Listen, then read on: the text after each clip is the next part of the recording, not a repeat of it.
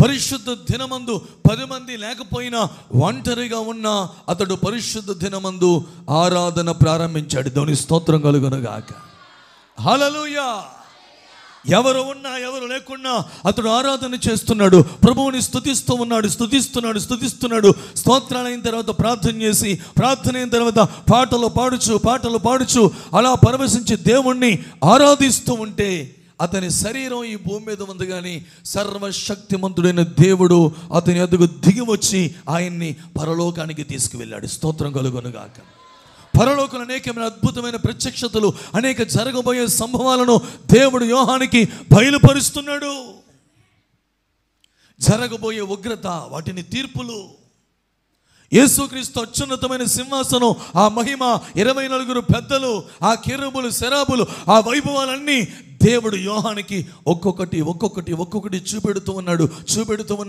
అనేకమైన సంభవాల్ని ప్రభు బయలుపరుస్తూ ఉన్నాడు. ఉగ్రత పాత్రలను ప్రభు బయలుపరుస్తూ ఉన్నాడు. అనేక విషయాలు దేవుడు బయలుపరుస్తూ ఉంటే వాటన్నిటిని చూస్తూ వచ్చిన తర్వాత ఒక రోజున యోహాను అడుగుతారు, ప్రభువా నువ్వన్నీ నాకు చూపించావు, గొర్రెపిల్ల భార్యని చూపించవా అని ప్రభువుని అడుగుతాడు. దాని స్తోత్రం కలుగును గాక. నాకు గొర్రెపిల్ల భార్యని చూడాలని ఆశ ఉంది ప్రభువా, గొర్రెపిల్ల భార్యని చూపించు నాయనా అని యోహాను అడుగుతూ ఉండగా దేవుడు అతడు ఉన్న ఆ స్థాయి నుంచి, లేక ఆ స్థితి నుంచి ఎత్తైన ఒక పర్వతం మీదకి తీసుకువెళ్ళి ఆ కొండ మీద నుంచి గొర్రెపిల్ల భార్యను చూపెడుతున్నాడు. స్తోత్రం కలుగును గాక. గొర్రెపిల్ల భార్యను అడిగితే దేవుడు ఒక పట్టణం చూపెడుతున్నాడు. ఆ పట్టణానికి మొత్తం 12 గుమ్మాలు ఉన్నాయి. ఆ పట్టణమునకు 12 పునాదులు ఉన్నాయి. ఆ పట్టణంలో సూర్యుడు కానీ చంద్రుడు కానీ దీపకాంతియే కానీ ఏమీ లేదు, కానీ గొర్రె పిల్లని యేసుక్రీస్తు వారే ప్రకాశించు దీపముగా ఉన్నాడు. స్తోత్రం కలుగును గాక. ఒక శ్రేష్టమైన పట్టణం, అద్భుతమైన పట్టణం, బంగారముతో పోల్చబడి పొదిగినటువంటి శుద్ధ సువర్ణమయమైన ఒక పట్టణాన్ని ప్రభు యోహానికి చూపెడుతున్నారు. ఆ పట్టణానికి మొత్తం 12 గుమ్మాలు ఉన్నాయి. ఆ 12 గుమ్మముల పైన ఇశ్రాయేలీయుల 12 గోత్రములు రాయబడి ఉన్నాయి. ఆ పట్టణానికి 12 పునాదులు ఉన్నాయి. ఆ 12 పునాదులు అపోస్తలుల 12 మంది పేర్లు రాయబడి ఉన్నాయి. ఈ వచనాలన్నీ ఆ 21వ అధ్యాయం మనం చూస్తామండి. ఈ శ్రేష్టమైన పట్టణం, రమ్యమైన పట్టణం దేవుడు యోహానికి చూపెడుతున్నాడు. ప్రభువే ప్రకాశమైన దీపముగా వెలుగుచున్న ఆ పట్టణాన్ని ప్రభువు చూపెడుతున్నాడు. వెంటనే యోహాను ఆశపడి, ప్రభువా మరి ఈ శ్రేష్టమైన పట్టణంలోనికి, ఈ 12 గుమ్మములు కలిగిన 12 పునాదులు కలిగిన ఈ పట్టణంలోనికి ఎవరు ప్రవేశిస్తారయ్యా అని అడిగాడు. ఎందుకు అడిగాడంటే ఆ 12 గుమ్మాల దగ్గర 12 మంది దేవదూతల్ని దేవుడు కాపలా పెట్టాడంట. స్తోత్రం కలుగును గాక. అంటే ఎవడ పడితే వాడు ఆ పట్టణంలో ప్రవేశించలేడు, ఎవడ పడితే వాడు ఆ పట్టణంలోనికి వెళ్ళలేడు. ఇప్పుడు చూడండి, ఈ మందిరం ఉంది. ఈ మందిరానికి 1, 2, 3, 4, 5 దాదాపుగా 5 త్రోవలు ఉన్నాయి, 5 మార్గాలు, 5 గుమ్మాలు ఉన్నాయి. ఇవి కాకుండా కిటికీలు 1, 2, 3, 4 చాలా కిటికీలు కూడా ఉన్నాయి, 5, 6. ఇప్పుడు మనం ఈ మందిరంలోకి రావాలంటే ఈ 5 గుమ్మాల ద్వారానే రావాలా, పైనుంచి వచ్చేస్తామా? మాట్లాడతలేదు. ఇప్పుడు ఆ గుమ్మముల దగ్గర 12 గుమ్మాలు ఉన్నాయి ఆ పట్టణానికి. ఆ 12 గుమ్మాల దగ్గర 12 మంది దేవదూతలు ఉన్నారు. ఎవడు పడితే వాడు ఆ పట్టణంలో ప్రవేశించలేడు.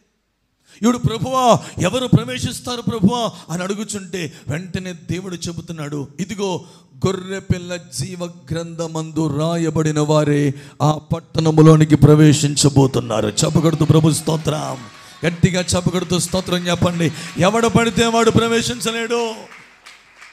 అంటే ఈ గుమ్మాల దగ్గర ఉన్న దేవదూతలు ఎవరైనా పట్టణంలోనికి వస్తున్నప్పుడు ఆపి చెక్ చేస్తారు. ఈ జీవ గ్రంథంలో నీ పేరు ఉందో లేదో అని చెక్ చేసి ఆ పేరు ఉన్న వారిని మాత్రమే ఆ పట్టణంలో ప్రవేశింపజేస్తాడు. 20:15 మనం చదివాం, ఎవని పేరైనను జీవ గ్రంథమందు రాయబడినట్టు కనబడకపోతే వాడు అగ్నిగుండములో వేయబడతాడు.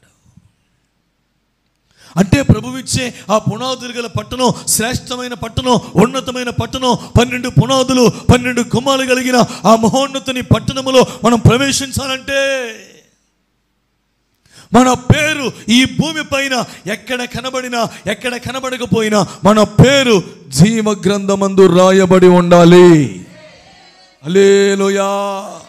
స్తోత్రం చెప్పండి గట్టిగా, హల్లెలూయా. కానీ ఈ రోజున మానవుడు తన జీవితంలో దేనికోసం ప్రాకులాడుతున్నాడు? నా పేరు బయటికి రావాలి, నేను పాట పాడితే నా పేరు బయటికి రావాలి, నేను కానుకిస్తే నా పేరు బయటికి రావాలి. స్తోత్రం చెప్పండి గట్టిగా.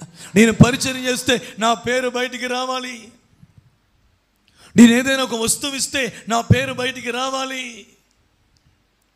మా ఆత్మీయ నాయకులు మా అన్నయ్య జపన్య శాస్త్రి అన్నయ్య ఒక రోజున మాట చెప్పారండి. ఆయన ఆరంభ దినాల్లో, సేవ ఆరంభంలో ఒక చోటన పగలు మీటింగ్కి వాక్యం చెప్పడానికి వెళ్ళారట. అదేమో చిన్న రేకుల షెడ్ అట. బాగా ఎండ తీవ్రంగా ఉంది. ఆ రేకుల షెడ్లో ఆయన నిలవబడి బలిపెట్ట మీద వాక్యం చెబుతున్నారట. చెమటలు కారిపోతున్నాయి, చెబుతున్నారు. నెత్తి మీదే ఫ్యాన్ ఉంది కానీ ఫ్యాను ఆన్ చేసి లేదంట. ఏం లేదంట, ఫ్యాను ఆన్ చేసి లేదంట. ఈయన చెమటలు కక్కుతూ చెమటలు కారుస్తూ వాక్యం చెబుతారే, నాన్న చెమటలు పట్టేస్తున్నాయిరా, రే చాలా కష్టంగా ఉందిరా, చాలా వేడిగా ఉందిరా, ఆ ఫ్యాన్ ఆన్ చేయండి రా అన్నాడంట వాక్యం మధ్యలో. వెంటనే కుర్రోళ్ళు లేచి ఆ ఫ్యాన్ ఆన్ చేసేలోపు ఆ పాస్టర్ గారు ఆన్ చేయొద్దు అని అడ్డుపడ్డాడంట.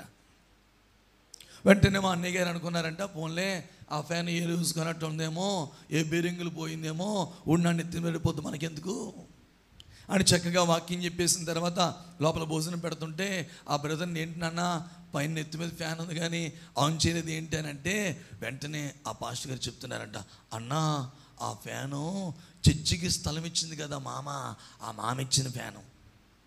ఆ ఫ్యాన్కి 3 రెక్కలు ఉన్నాయి. 3 రెక్కల మీద 6 మనవరాళ్ళ పేరు రాసిందంట. ఏం పేర్లు రాసిందండి? 3 రెక్కల మీద 6 మనవరాళ్ళ పేర్లు రాసిందంట. ఫ్యాన్ ఆన్ చేస్తే పేర్లు కనపడతలేదు కాబట్టి పాస్టర్ ఫ్యాన్ ఆన్ చేసావా చంపేస్తానందంట. ఏమందంట? ఇంకా ఆయన భయపడిపోయి, అంటే ఇప్పుడు ఫ్యాన్ ఎందుకు ఇచ్చింది? నా పేరు కనబడాలి. అది ఉపయోగపడకపోయినా పర్లేదు, నా పేరు కనబడాలి, మా మనవరాళ్ళ పేర్లు కనబడాలి. ఈ రోజున చాలామంది అంతే కదండి. నేను పాట పాడితే నా పేరు బయటికి రావాలి, నేను వాక్యం చెబితే నా పేరు బయటికి రావాలి, నేను ప్రార్థన చేస్తే నా పేరు బయటికి రావాలి, నేను కానుకిస్తే నా పేరు బయటికి రావాలి. ఏదైనా చిన్న ప్రార్థన ఇచ్చామనుకోండి, బాగా ప్రార్థన చేసేసి యేసు అడుగుచున్నాము తండ్రి ఆమేన్ అని పక్కన ఏమై బాగా చేసానా ఇప్పుడు పక్కవాడు చెప్పాలి, సూపర్ అంటే అది మరి నేనంటే ఏంటి అనుకున్నావు అంటే తాత్కాలికంగా ఈ భూమిపైనే పేరు కోసం, ఈ భూమిపై నాకు పేరు కావాలి, నేను పాట పాడితే నాకు పేరు రావాలి, నేను పలానా చేస్తే నాకు పేరు రావాలి, నేను భోజనం వడ్డిస్తే నాకు పేరు రావాలి, నేను ఆరాధన చేస్తే నాకు పేరు రావాలి, నేను అది చేస్తే నాకు పేరు రావాలి, ఇచ్చేస్తే పేరు రావాలని ఈ భూమి పైన పేరు కోసం చాలామంది ప్రయాసపడుతున్నారు. పరిశుద్ధాత్ముడు మాట్లాడుతున్న మాట ఈ పగలు, ఈ భూమి పైన నీ పేరు కనబడినా నీ పేరు కనబడకపోయినా తప్పకుండా నీ పేరు జీవ గ్రంథములో రాయబడి ఉండాలి. స్తోత్రం కలుగునుగాక. ఎప్పుడైతే నీ పేరు జీవ గ్రంథములో రాయబడి ఉంటుందో అప్పుడే నీవు ఆ పునాదుల పట్టణములో ప్రవేశిస్తావు. ఎవని పేరైనను జీవ గ్రంథమందు రాయబడినట్టు కనబడకపోతే వాడు ఏమవుతాడండి? అగ్నిగుండానికి వెళ్ళిపోతాడు. కొంతమంది ఏమంటారు, ఊరుకోండి పాస్టర్ గారు, మేము పలానా చర్చికి వెళ్తున్నామండి, ఆ చర్చిలో మా ముత్తాత పేరు ఆ చర్చిలోనే రిజిస్టర్ అయ్యి ఉందండి, మా తాతగారి పేరు ఆ చర్చిలోనే రిజిస్టర్ అయ్యి ఉందండి, మా నాన్నగారి పేరు ఆ చర్చిలోనే రిజిస్టర్ అయ్యి ఉందండి, నా పేరు కూడా అదే చర్చిలో రిజిస్టర్ అయ్యి ఉంది కాబట్టి నేను ఆ చర్చికి వెళ్తానండి. ఆ చర్చిలోనేమో రాజకీయాలు ఉంటాయి, ఆ చర్చిలోనేమో పాస్టర్ గారి మీద కోపం వచ్చిందనుకో, పాస్టర్ గారు ఖండించి బోధ చేశాడనుకో, ఖండించి గద్దించి బోధ చేశాడనుకో, వెంటనే పాస్టర్ గారికి ట్రాన్స్ఫర్. చెప్పని ఏమొచ్చింది? నేను మాట అడుగుతాను, కాపరి గొర్రెల్ని నడిపించాలా, గొర్రెలు కాపరి నడిపించాలా? సైలెంట్ అయిపోయారు. కానీ ఈరోజు చాలా సంఘాల్లో, పురాతనమైన సంఘం మా ముత్తాత సంఘం, ఆ సంఘానికి ముఖద్వారం 5 లక్షలు పెట్టి మేమే చేయించాం కాబట్టి, మా పేరు ఆ సంఘంలో ఉంది కాబట్టి, మా పేరు ఆ కమిటీలో ఉంది కాబట్టి, ఆ కమిటీలో మేము మెంబర్లం కాబట్టి ఆ సంఘానికి వెళ్తానంటున్నావు. నీ పేరు చర్చి కమిటీలో ఉండాలా? అక్కడ రాజకీయాలు ఉంటాయి, కొట్లాట్లు ఉంటాయి, త్రాగుబోతుల విందులు ఉంటాయి. ఎవరైనా ఒక సేవకుని ఎన్నుకోవాలంటే, కమిటీని ఏర్పాటు చేసుకోవాలంటే పరిశుద్ధాత్ముని నడిపింపులో వారు చేయరండి. ఏ నడిపింపు తెలుసునండి? ఎలక్షన్ పెట్టుకుంటారు. ఏం పెట్టుకుంటారు? నువ్వు పోయి అక్కడ కూర్చుంటున్నావు. ఏంటి పద్ధతి అంటే, భూమిపైన నా పేరు ఉండాలి. కమిటీలోనే నెంబర్ ఉందా? కమిటీలో నా పేరు ఉందా? నేను మెంబర్లేనా? నేను ప్రెసిడెంటేనా? నేను కోశాధికారినైనా? మేషే అధికారి. కోశాధికారి అంటే ఎవరు? మేషే అధికారి. మా రాజమండ్రిలో ఒక పెద్ద చర్చి ఉందండి. అమ్మో, మామూలు చర్చి కాదు అది, చాలా పెద్ద చర్చియే. అది కట్టే మూమెంట్లోనే కొద్దిగా దానికి షేక్ వచ్చింది. కానీ మరలా పకడ్బందీగా దాన్ని కట్టేశారు. పెద్ద కమిటీ ఉంటుంది. ఆ కమిటీలో కోశాధికారిని పెట్టారట. ఆ కోశాధికారి సంవత్సరాలు మేషేస్తున్నాడంట. దేవుని స్తోత్రం కలుగును గాక. ఇక ఈ మధ్యనే సిరాకు వచ్చి ఇటు మేషేస్తున్నాడు అని చెప్పండి, దింపేసి వేరే వాళ్ళని పెట్టుకున్నారు. దేవుని స్తోత్రం చెప్పండి గట్టిగా ఆమెనానండి. నీ పేరు ఎక్కడ ఉండాలమ్మా బ్రదర్? నీ పేరు ఎక్కడ ఉండాలి? చర్చి రిజిస్ట్రేషన్లోనా? చర్చి కమిటీలోనా? నీ పేరు ఎక్కడ ఉండాలి? పాట పాడితే నీ పేరా? ఒక పోస్టర్ మీద నీ పేరా? ఎక్కడ ఉండాలి నీ పేరు? మంచి మనసుతో చెప్పండి. ఈ భూమి పైన అంటలేదు మీరు, ఈ భూమి పైన నా పేరు ఎక్కడ కనబడినా, ఎక్కడ కనబడకపోయినా జీవ గ్రంథములో నా పేరు కనబడాలి. హల్లెలూయా. మీ పక్కన వారు చూసి చెప్పండి, మీ పేరు ఈ భూమి పైన ఎక్కడ కనబడినా కనబడకపోయినా, ఎక్కడ కనబడినా కనబడకపోయినా జీవ గ్రంథములో నీ పేరు కనబడాలి. స్తోత్రం కలుగునుగాక. కొంతమంది చర్చికి అన్నం దేశాలు వేస్తారండి. దేశాలు అంటారు, మీరు ఏమంటారు? దేశాలు, అన్నం దేశాలు వేస్తారు. అన్నం దేశాలు తెచ్చిన అన్నాల దేశాల మీద పెద్ద పెద్ద పేర్లు రాయించి వేస్తారు. దీన్ని బహుకరించిన వాళ్ళు నేను అందేస్తారు. అది పొయ్యి మీద పెట్టగానే ముందు ఆ పేరే మాసిపోతుంది. దేవుని స్తోత్రం కలుగుతుంది. ఎట్టుగా ఏమేం చెప్పండి, అవునా కదా? ఒక చిన్న వస్తువు ఇస్తే చాలండి పేరు రాస్తారు. కుర్చీలు తెస్తే చాలండి, కుర్చీలు వెనకతల పేర్లు. ఫ్యాన్ తెస్తే చాలు, ఫ్యాన్ మీద పేరు. కానుక ఇస్తే చాలు, పాస్టర్ గారు ఏంటి అందరు పేర్లు చదివారు, నా పేరు చదవలేదు, నేను ఇచ్చాను కదా 58 రూపాయలు ఎంతంట. మళ్ళీ దానికి పెట్టిన పేరు $116 ఎంతంట. $116 ఇచ్చాను కదా, నా పేరు చదవలేదు పాస్టర్ గారు. ఇక పేరు చదవకపోతే గొడవ, పేరు చెప్పకపోతే గొడవ. పరిచర్య చేసినప్పుడు పలానా వారు ఇంతగా పరిచర్య చేశారు, ఇంతగా సహకరించారు అని పేరు చెప్పకపోతే ఇక వారి గడగడ వచ్చేస్తుంది కోపం. వచ్చేసి మేము ఎంత కష్టపడుతున్నానండి, పరిచర్య చేస్తున్నానండి, పెద్దగా మాకు ఈ సంఘంలో ఏమి రావట్లేదండి, పేరు రావట్లేదండి. గట్టిగా చదివేసయ్యా నీకు స్తోత్రం అని చెప్పండి గట్టిగా. ప్రియమైన దేవుని బిడ్డలారా, ఈ భూమి పైన నిన్నెవ్వరూ పట్టించుకోకపోవచ్చు, నీ పేరు ఎక్కడా కనబడకపోవచ్చు. నువ్వెంత ప్రయాసపడినా, ఎంత శ్రమ పడినా, నీవు ఎంతగా ప్రభు విషయములలో పరిచయను నలిగిపోతున్నా, కొన్ని సందర్భాల్లో నిన్ను మరిచిపోవచ్చు, నిన్ను పట్టించుకోకపోవచ్చు.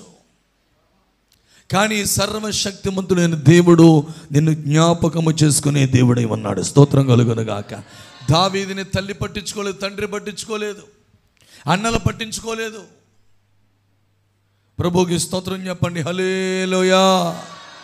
ఎవరో పట్టించుకోలేదు దావీదుని, అందరూ మర్చిపోయారు. ఇప్పుడు పాస్టర్ గారి ఇంటికి వస్తున్నారండి, పాస్టర్ గారి ఇంటి దగ్గర కూటం పెట్టారండి, బలి అర్పించడానికి వస్తున్నారండి, అభిషేకించడానికి వస్తున్నారండి. పిల్లలందరినీ పిలవాలండి, కొంతమందిని పిలవాలండి. మాట్లాడతలేదండి ఏ బ్రదర్? మరి 8 మంది పిల్లల సంతానం, 8 మందిలో తండ్రి ఎంతమందిని పిలిచాడు? 7 పిలిచాడు. ఈయన ఏం చేశాడు? తండ్రి మర్చిపోయాడు. ఆడు వేస్ట్ ఫెలో, ఆడు ఎందుకాడు అడవుల్లో పడి తిరుగుతున్నాడు, చదువు సంజలాడికి అప్పలేదు. మిగిలిన అయితే ఆర్మీలో ఉన్నారు, సైన్యంలో ఉన్నారు, ఆర్మీలో ఉన్న వారందరినీ పిలిచాడు. వీడికి చదువు రాదు, ఎందుకు పనికిరానుడు, వీడు వేస్ట్ ఫెలో అని చెప్పేసి దావీదుని పిలలేదు. దైవజనులు వెళ్ళారు, కూర్చున్నారు, కార్యక్రమం మొదలైపోయింది. ఇక పిలుస్తున్నారు కుమారుల్ని. పెద్దవాడు వచ్చాడు, రెండోవాడు వచ్చాడు, మొత్తం 7 అయిపోయారు. అప్పుడు వెంటనే సేవకుడు, అమ్మ బాబు యశి, నీ పిల్లలు ఎంతమంది అని ఇంకెవరైనా ఉన్నారా అంటే, అప్పుడు మర్చిపోయానండి, ఒకడు ఉన్నాడండి. దేవుని స్తోత్రం చెప్పండి గట్టిగా. కనసారి ఒకడు ఉన్నాడు, చదువు సంజలు లేనాడండి, సరిగ్గా ఆడికి ఏం అవ్వలేదండి, 100 గొర్రెలు కొని ఇచ్చానండి, ఆ 100 గొర్రెలు మేపుకున్నాడండి అంటే అర్జెంటుగా వాడిని పిలవమన్నారండి. దేవుని స్తోత్రం కలుగునుగా. వెంటనే అక్కడే కూర్చున్నారు పాస్టర్ గారు. వాడిని పిలమంటే వాడిని పిలుస్తున్నప్పుడు అతడు అక్కడికి వస్తూ ఉండగానే స్తోత్రం కలుగునుగాక, నేను ఏర్పరచుకున్న మనుష్యుడు ఇతడే. చెప్పగడుతూ ప్రభు స్తోత్రం చెప్పండి. తన సొంత కుటుంబీకులే దావీదు పేరు మర్చిపోయారు. తన ఇంట్లో వాళ్ళే దావీదుని మర్చిపోయారు, కానీ సర్వశక్తిమంతుడైన దేవుడు దావీదుని జ్ఞాపకం చేసుకున్నారు. దావీదు పేరు దేవుడు జ్ఞాపకం చేసుకున్నారు. రోజుకి 3 సార్లు ప్రార్థిస్తూ, రోజుకి 7 సార్లు దేవుణ్ణి స్తుతిస్తూ, దేవుణ్ణి ఆరాధన చేస్తూ, దేవునితో మమేకమైపోయి, మనుషుల మధ్యలో నుంచి దూరముగా వెళ్ళిపోయి అడవిలో దేవునితో కొనియాడుతూ దేవునితో పెనవేయబడిన వ్యక్తిని వింటున్నారా? మనుషులు మర్చిపోయారేమో అతని పేరు, మనుషులు మర్చిపోయారేమో అతని పేరును సర్వశక్తిమంతుడైన దేవుడు తన గ్రంథంలో రాసుకున్నాడు. స్తోత్రం కలుగునుగాక. గట్టిగా చెప్పండి, యేసయ్యా నీకు స్తోత్రం అని చెప్పండి. హల్లెలూయా. ఇప్పుడు మనం డైరీలో ఎవరైనా ఒక పేరు రాసుకుంటున్నామంటే మన కోపం వచ్చిన వాళ్ళ పేరు రాస్తామా, మనకి ఇష్టమైన వాళ్ళ పేరు రాస్తామా? అంటే ప్రభు నీ పేరు రాయాలంటే నువ్వు దేవునికి ఇష్టడుగా బ్రతకాలి, దేవునికి ఇష్టరాలిగా బ్రతకాలి. ఆయన అంటారు, నా ఇష్టానుసారుడైన మనుష్యుణ్ణి నేను ఒకరిని కనుగొన్నాను. స్తోత్రం కలుగునుగాక. దావీదు మనుషులకి నచ్చలేదు, దావీదు తండ్రికి నచ్చలేదు, దావీదు అన్నలకి నచ్చలేదు, దావీదు ఈ భూమి పైన కొందరికి నచ్చకపోయినా దావీదు సర్వశక్తిమంతుడైన దేవునికి నచ్చాడు. హల్లెలూయా. నీవు కూడా కొన్ని సందర్భాల్లో మనుషులకి నచ్చకపోవచ్చు, బంధువులకి నచ్చకపోవచ్చు, రక్త సంబంధులు నిన్ను ఇష్టపడకపోవచ్చు. నన్ను ఎవరు ఇష్టపడరు, నా జీవితం అంతా ఇంతే, ఎప్పుడు నన్ను అందరూ తిడతానే ఉంటారు, ఎప్పుడు దూషిస్తూనే ఉంటారు, అవమానపరుస్తూ ఉంటారు, నా జీవితం ఇంతే, నా బ్రతుకు ఇంతే అని నువ్వేమీ దిగులు పడవలసిన పని లేదు. నా భర్తకి నేను నచ్చను, మా ఆవిడికి నేను నచ్చను అని నువ్వేమి విచారపడవలసిన పని లేదు. సర్వశక్తిమంతుడైన దేవునికి నచ్చావో లేదో చూసుకో. స్తోత్రం కలుగునుగాక. మనల్ని ఎవరు ఇష్టపడాలండి? ప్రభు ఇష్టపడాలి. ఈ లోకంలో మనుషుల ప్రేమలన్నీ తాత్కాలికమే. నీతో ఏదైనా అవసరం వస్తే ఎంత బాగా నటించేస్తారో నీ దగ్గర. నీకు ఏదైనా నీతో అవసరం ఉంటే ఎంత బాగా నీ దగ్గరికి వచ్చేసి, అబ్బాబ్బాబ్బాబ్బా సిస్టరు ఎంత మంచి సిస్టరు నువ్వు పాట పాడుతుంటే అయ్యి బాబోయ్ అలా గాల్లో తేలిపోతున్నట్టుంది సిస్టరు. స్తోత్రం అంటలే మీరు గట్టిగానే. ఒక కాయకు ఉందట, పాప పొద్దున్నే లేచి ఎక్కడ నాకు ఆహారం దొరుకుద్ది అని తిరిగితే తెల్లారి గంటల నుంచి తిరుగుతూ ఉంటే సరిగా మధ్యాహ్నం 12 గంటలకి ఒక మాంసం మొక్క దొరికిందంట. దేనికి? కాకి. ఇప్పుడు అది కాళ్ళతో పట్టుకుంటుందా, ముక్కుతో నోటితో పట్టుకుంటుందా? నోటితో పట్టుకుంటుంది. నోటితో పట్టుకుని ఆ మాంసం ముక్కను పట్టుకుని ఒక చెట్టు మీద రాలిందంట.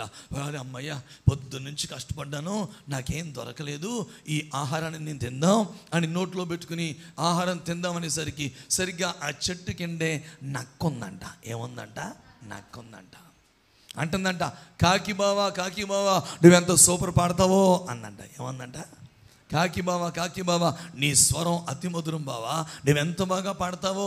ఆ కోయిలేం పాడుద్దు బావా, కోకిలేం పాడదో, నువ్వు చాలా బాగా పాడతావు బావా, ఒకసారి పాడు బావా అంటుందంట. ఏంటిది? నక్క. దేంతో? ఎవరితో? కాకితో. ఈ కాకి నోట్లో ఏముంది? మాంసం మొక్క అంటుందండి. ఇది ఏంటి బావా? ఆ కోకిలేం పాడద్దు బావా, నువ్వు నోరు తెరు బావా, పాడు బావా నువ్వు అని నక్క రచ్చుకొట్టేస్తుందండి ఎవరిని.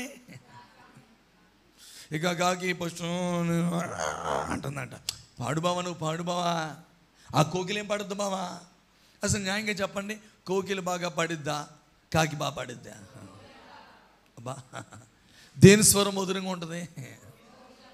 కాకి గోల. ఎవరైనా గోల చేస్తుంటే ఏంట్రా ఈ కాకి గోల అంటాం. ఏమంటాం అంటే గోల. కాకి మాట, కాకి అరుపులు మనకి ఎలా ఉంటాయి? గోల కింద ఉంటాయి, సిరాగా ఉంటుంది. కోకిల యొక్క కేకలు ఎలా ఉంటాయి? వినసొంపుగా ఉంటాయి మనకి. ఇక రెచ్చగొట్టేస్తుంటే వెంటనే, బావా అసలు కాకి బావా నీ పేరంటే ఏంటనుకున్నావు బావా, నువ్వు సూపర్ బావా, హై బావా అంటే ఇది అందంట అని నోరు తెరిసేసరికి మాంసం ముక్క కింద పడిందంట. పడగా నీ నక్కేం చేసింది? మొక్కట్టుకుని వెళ్ళిపోతుంది. ఏయ్ నక్కమావా నేను పాడుతున్న పాట ఏనవా అంటే నోరు మూసుగా నీ పాట ఆడంటాడు. చూసినప్పుడు ఎవరు మోసపోయారు? మాట్లాడతలేదు. అంటే మనుషులు నిన్ను పొగుడుతున్నారంటే నిన్నేం చేయడానికి అది లెక్క. కానీ మనకి ఖండించేవాడు, గద్దించేవాడు నచ్చుతాడా, పొగిడేవాడు నచ్చుతాడా? బాబా ఎంత బాగా మాట్లాడుతున్నాడో ఈయన, ఎంత కమ్మటి మాటలో కదా మా పాస్టర్ గారు ఉన్నారు. ఎందుకు? నిన్ను మోసం చేసేవాడు చాలా కమ్మగానే మాట్లాడతాడు. కాబట్టి ఈ రోజున నీవు ఈ భూమి మీద నాకు పేరు కావాలి, నాకు పేరు కావాలి, నాకు పేరు రావాలి, నేను పాట పాడితే పేరు, నీకు అది చేస్తే పేరు, ఇది వద్దండి, ఇది వద్దండి, ఇది వద్దండి. నేను మనుషులకు నచ్చాలి, నేను వారికి నచ్చాలి, వీళ్ళకి నచ్చాలి, ఇది వద్దండి, ఇది వద్దు. సర్వశక్తిమంతుడికి నేను నచ్చానా లేదా? స్తోత్రం కలుగునుగాక. నా పేరు జీవ గ్రంథములో రాయబడి ఉందా లేదా? స్తోత్రం కలుగునుగాక.